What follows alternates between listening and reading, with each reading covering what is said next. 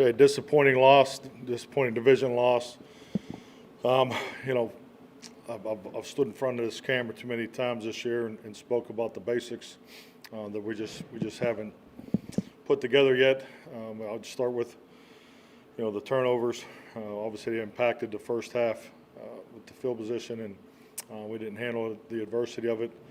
The points off of the turnovers, and really didn't get the run game going as we had planned, and then with that they ran the ball too well against us. So not a very good day.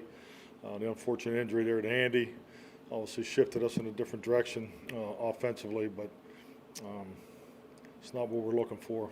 We need to be much better, and we're running out of time. Taking my style, talking about you from my seat. Taking my style, talking about you from my seat. Taking my style, talking about you from my seat. Taking my style, talking about you from my seat. Taking my style, talking about you from my seat. Taking my style, talking about you from my seat.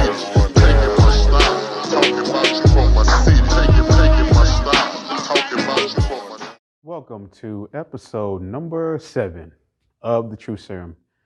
Guys, I regret to inform you that the Cowboys just suck.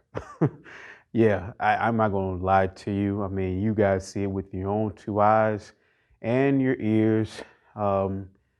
This team is just trash, and there is nothing that we can do about it as fans other than sit back, relax, and let the tornado tear through the entire community as is.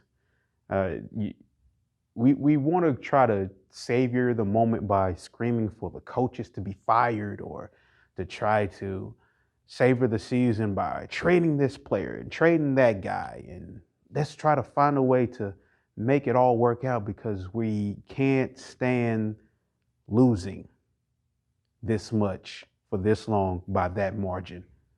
We just can't handle it. But I have to tell you guys that it's not in our power. Now, it's not in our power to make the decisions from day to day, but it is in our power to energize the team with our loyalty and scream out to them that, hey, we got your back and we will ride with you. We're ride or die. We're loyal. But that's not true. We're not here for them, because they're not there for themselves. I feel like, and you can tell me if I'm wrong in the comments or inbox me, whatever. I feel like the team has pretty much given up on themselves in the last, year and a half, dating back to when they faced the Jets, or you can go even later in the year where the coach scared against Minnesota, or when they took on Buffalo on Thanksgiving, or got shellacked in Chicago. Yeah, or Philadelphia, where they were just bodies. Didn't look like they really even were remotely interested in what was in front of them to capture, and allowed a team dealing with a rash of injuries, playing more inspired football than they were, take what they wanted, which was the division crown. It's going back to the time before where Mike McCarthy signed on the dotted line and started his hiring of his guys, his friends, or making calls to build his staff here in Dallas. And people want to, date back and say that, McCarthy may have not been the right hire. We don't know yet. That's one thing that a lot of us as fans have to get out of our own heads about, is making irrational thoughts and irrational decisions in a minuscule time, because it doesn't work. If we were sitting here 5-2, 6-1, we'd be screaming out, oh, we are going to the Super Bowl in McCarthy's first year. What a great hire that was. Only to be let down by something later on, and then turn around and scream that he's not what we thought he was, and that he should be fired, and the players should be traded, and things like that. Like, we want immediate gratification. We can't rush anything anymore.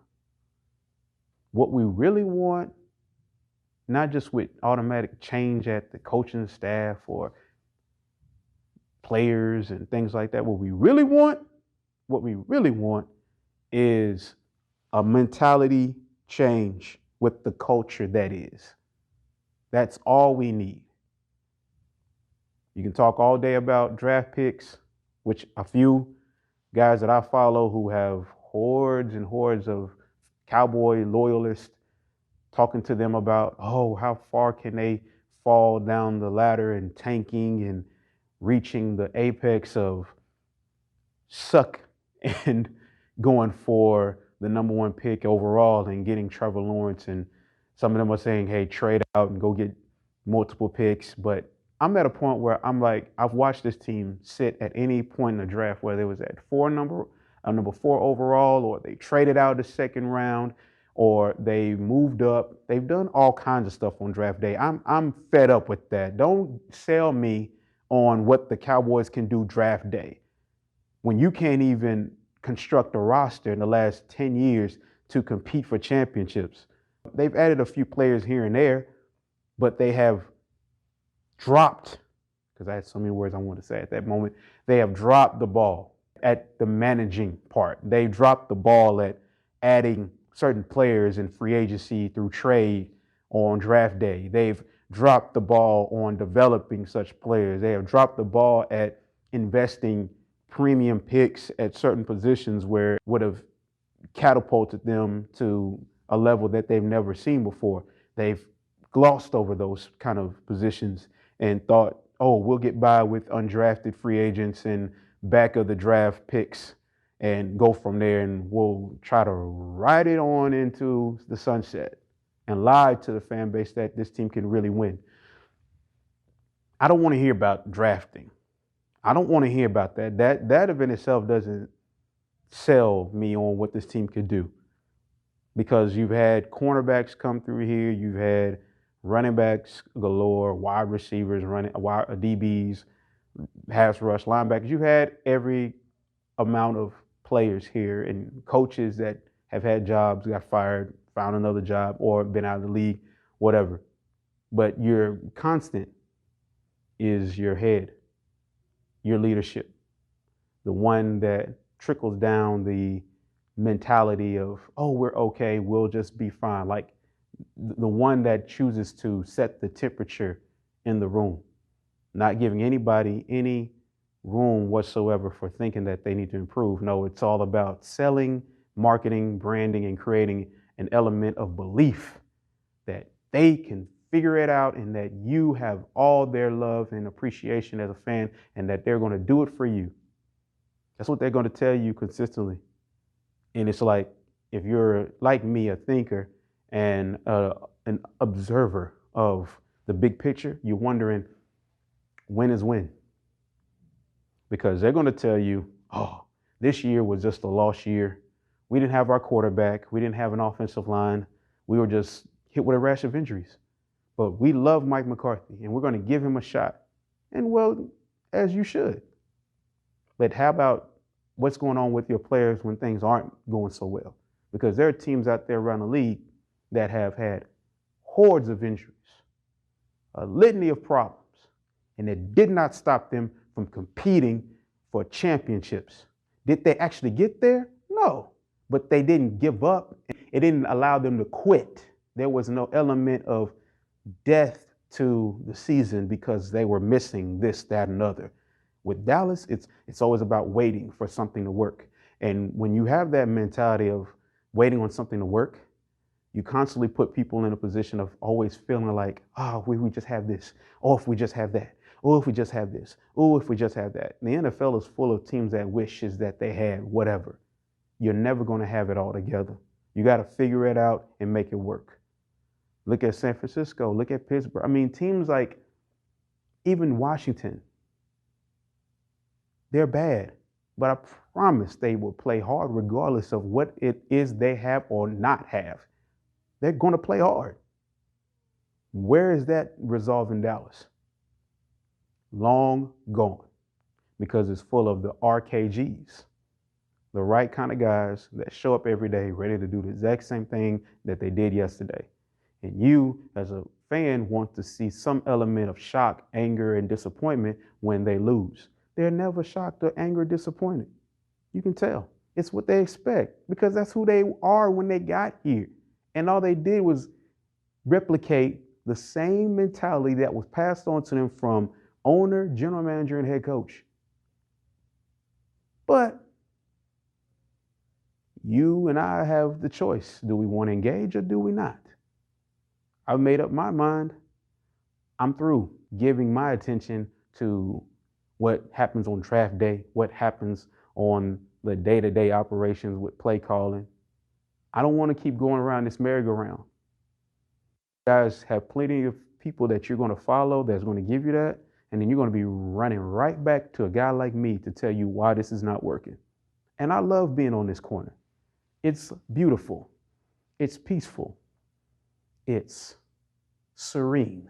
And I will constantly tell you over and over again the truth. If that's what you really, really want, they go against Philadelphia, a team that no matter how bad it looks, they're going to keep playing hard. That's why everybody loves Carson Wentz so much. But it's only because of the culture that Philadelphia inspires in its players. It ain't have much to do with his ability. Dak is better than he is. We all know that. But it's a culture that breeds that. If Dak was to switch with Carson, they would love Dak to death in the media. They would love him to death. It's all about the culture for Philly versus Dallas. That's all you're looking at. Their culture versus ours. Our culture will basically wilt like old roses to their culture, which has a steely resolve and relentless attitude that no matter how bad it is, they're going to keep playing. Regardless of talent, ability, or shortcomings, they're going to still keep playing. And that's what you're dealing with. That's what's going to happen Sunday night. All you got to watch is culture. The litany of injuries, the complaining about coaching, that's nothing but a culture perpetuating itself over and over and over. So tune in. I will be only in sparing moments, and I'll be right back here next week to give you more of the injection. Have a blessed week. Peace.